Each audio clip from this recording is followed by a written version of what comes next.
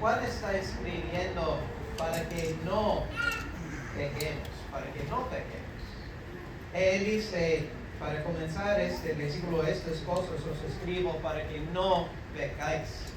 Juan no creía en la perfección, bueno, hasta la venida de Cristo, porque en el capítulo 3, como mencionamos ayer, él está contemplando la venida de Cristo cuando seremos semejantes a Él.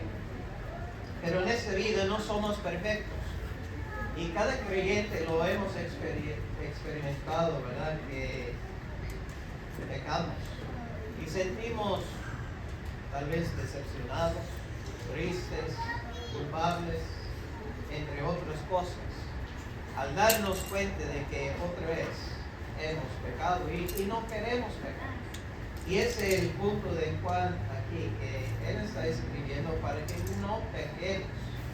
Pero él es realista también, y él sabe que vamos a pecar aunque no queramos. Y por eso él escribe este texto aquí. Y dice, si alguno hubiere pecado, si uno hubiere pecado, abogado tenemos. Pero yo sé que la palabra tener es una palabra muy sencilla, pero aquí en este contexto esta palabra me fascina. Porque fíjese que no dice, si pecamos, si hubiéramos pecado o si pecamos, tenemos que ir a buscar un abogado. O tenemos que contratar a un abogado. No, él dice, tenemos. O sea, es una provisión que ya tenemos, que ya está dispuesta. No tenemos que buscar. Por ejemplo, en un juicio, si uno es acusado, normalmente tiene que ir a buscar a un abogado, tiene que contratarlo, pero aquí Dios ya ha provisto para nuestra necesidad.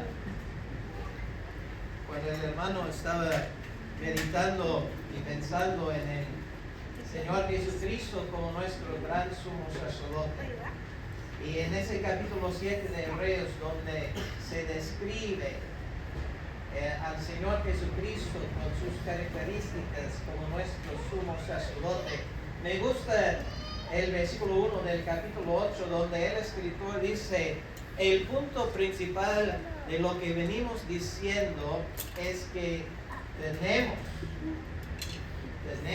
tal sumo sacerdote. ¿No es una maravilla que todo lo que necesitamos, Dios lo ha provisto?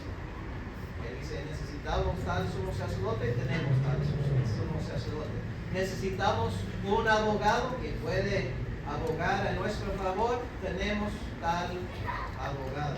Entonces, él dice, si alguno hubiere pecado, abogado tenemos. Ahora, hay algo interesante que tal vez no percibimos muy fácilmente aquí en esta palabra abogado.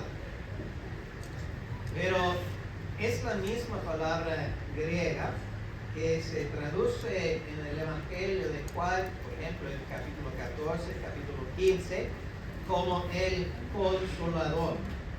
Y sabemos que allí es en referencia al Espíritu Santo. Entonces, el Espíritu Santo allí es el Consolador. Es la misma palabra. Ahora bien, solo para resaltar que creemos firmemente en la Santa Trinidad, el Padre, el Hijo y el Espíritu Santo, y que el Padre no es el Hijo, por ejemplo, el Hijo no es el Padre no es el Espíritu Santo, o sea, cada una es una persona distinta en la Santa Trinidad. No estamos diciendo que el Espíritu Santo es el Señor Jesucristo ni viceversa, solo estamos resaltando que es la misma palabra. Y la idea de la palabra es uno que está al lado. Y eso encaja bien en lo que Juan está diciendo aquí, lo que está enseñando. Cuando un creyente, y estamos hablando, para dejarlo en claro, exclusivamente acerca de creyentes, porque él dice hijitos míos y él habla del Padre. Entonces, yo creo que queda en claro que está hablando de creyentes. Está diciendo que cuando el creyente peca, tiene uno que está a su lado, para representarlo ante el Padre.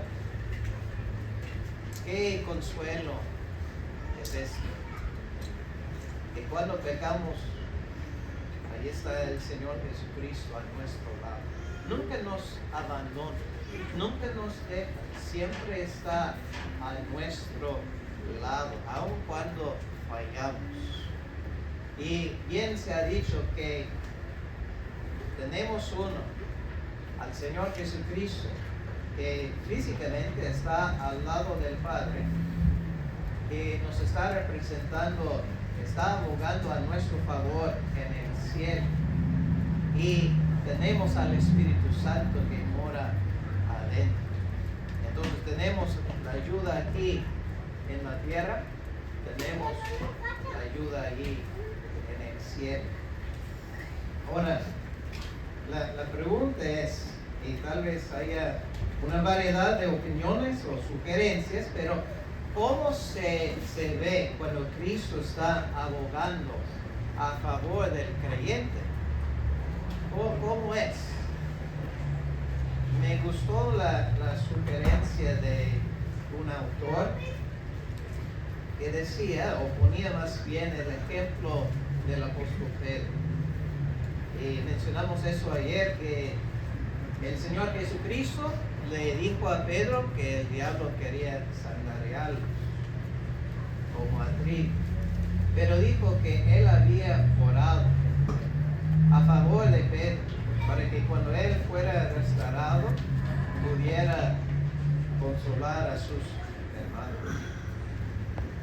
Entonces, aún antes de que Pedro hubiera pecado, Cristo estaba abogando a su favor, estaba orando a favor de Pedro. Cristo sabía que iba a fallar. A pesar de eso, Cristo estaba orando a favor de Pedro. Cristo sabe que nosotros vamos a fallar en nuestra vida cristiana. Y aún así, Él está abogando a nuestro favor. Entonces el autor sigue con su comentario y es un poquito extenso, pero resumiendo muy brevemente, él decía que Cristo aboga a favor del creyente antes de que peque, y ahora que haya pecado el creyente, el Espíritu Santo comienza a obrar en el creyente para convencerle de su pecado y llevarlo a la confesión que vemos aquí en el capítulo 1. Y luego es restaurado la comunión con el Padre, esa relación que se ha sido no roto, pero dañado por el pecado del creyente, y es restaurado.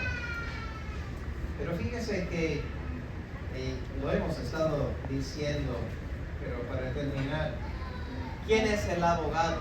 Es el Señor Jesucristo. Entonces sí es cierto que hoy contemplamos la obra consumada en la cruz, pero es el mismo Señor Jesucristo, el mismo que murió por nuestros pecados, que está abogando a nuestro favor. Es el Señor Jesucristo y se describe aquí como el justo. Entonces, en su capacidad como abogado, uno puede pensar en un abogado que está argumentando a favor de su cliente o el acusado. El Señor Jesucristo sería muy distinto, en que Él siempre va a hablar con justicia, no va a poner pretextos, no va a excusar nuestro pecado, no va a justificar nuestro pecado.